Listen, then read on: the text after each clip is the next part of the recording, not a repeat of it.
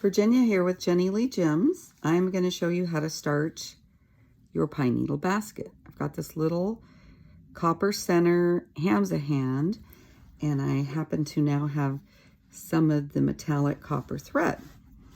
So get about 5 or 6 needles, take the caps off, cut the caps off, pull them off however you'd like.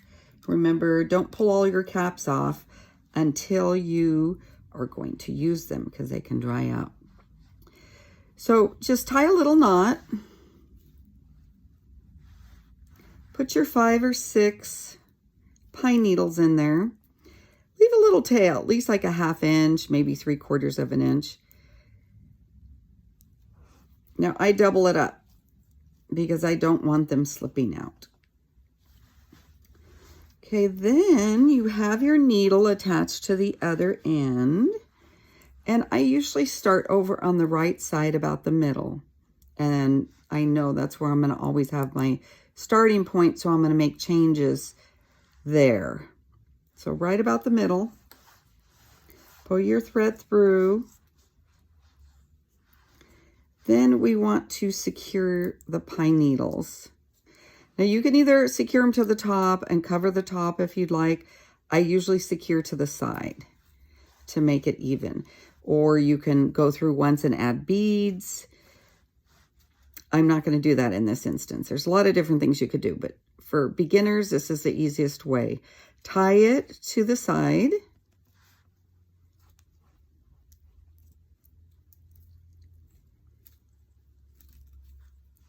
So you've got the whole little package of needles there. You've double tied the knot here because this thread tends to slip a bit because it's waxed. So it's pretty secure there. I'm going to flip it over and I'm going to do another tie because I do not like my work to come undone. So there's another tie. Now I gather up the tail. I always keep a tail on there. It doesn't have to be too long. Gather up the tail. Tape it to the back so it stays out of your way while you're working. So there you go. It's tied to the side. It's a small amount of needles. We're going to keep adding as we go.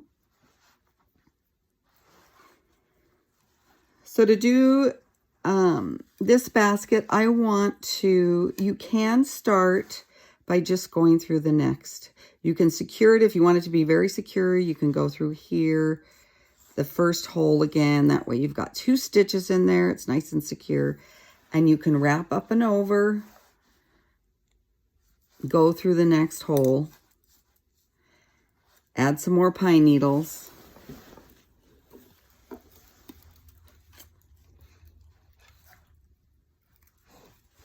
If I had some pine needles ready, this would be better, but I don't, so didn't want to cut the tails off. So add a few more pine needles as you go. Remember to insert them shiny side up so you get a better look. So as you go along, just keep adding. Now it's a little more difficult when you're just starting out because there's not a lot to stick it in. And then you can just go on to the next stitch. Add pine needles and stitch it down to the basket. If you want a different look, you can go through the same hole twice, or if you want to make it more secure, go through the same hole twice. So then you're going to get the V-stitch. That's just going through the same hole twice. It's very easy. Now another way you could do it, which I like to do quite a bit, as I did on this little yellow one, is wrap the first row. Then you really get a lot of color there. Now the way you do that is just keep going around your pine needles. Keep going around, wrap your row, push them down nice and snug so you cover all the pine needles. Keep adding your needles. Keep inserting needles, and at some point this is going to get as thick as your guide or your straw, whichever you're using. But our goal is to get as thick as we can probably about as thick as this, which is about 1/4 inch, because you want it to sit evenly on there. So as you go along, keep adding your pine needles, thickening it up so that by the time you get back to the beginning, they're what the size that you want it. Now say here, you're going to wrap in between, you want to go through the hole twice. And then you've got, it's nice and snug. Sometimes if you have a big bottom, you might want to go through twice. Like here on this one is a larger bottom. I just like it to make it nice and snug. I did the V-stitch, and that's just going through the base bottom hole twice. Okay? So you could decide if you want to wrap the row, you're going to get a wrapped row all the way around. You can do a V-stitch. You can do a single stitch.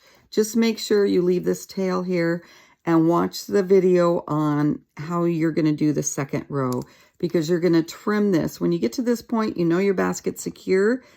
You're going to trim this and then nestle up and create the second row. Thanks for watching.